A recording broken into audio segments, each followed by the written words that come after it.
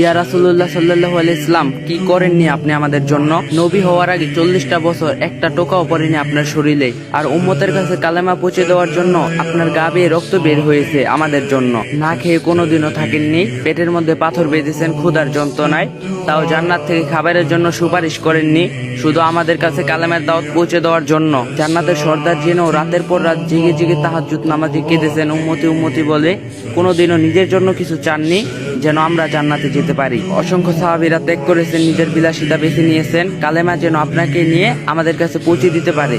কালেমা। ইয়া রাসূলুল্লাহ সাল্লাল্লাহু আলাইহি ওয়াসাল্লাম, মেরাজের রাতে যখন জান্নাত দেখেছিলেন, চাইলে আপনি সে জান্নাতে থেকে যেতে পারতেন, কিন্তু আপনি উম্মতদের জন্য ফিরে এসেছেন। জাহান্নাম দেখার পর বারবার উম্মতদের কথা ভেবে চোখ দিয়ে পানি ফেলছিলেন। ইয়া রাসূল, যেদিন আজরাইল আলাইহিস সালাম এসেছিলেন জান কবজ করতে, আপনার কাছে অনুমতি চেয়েছিলেন, আপনি বলেছিলেন, ভাই আজরাইল, আমি চলে যাওয়ার পর আমার উম্মতদের কি হবে? ইয়া রাসূলুল্লাহ, সেদিন আপনি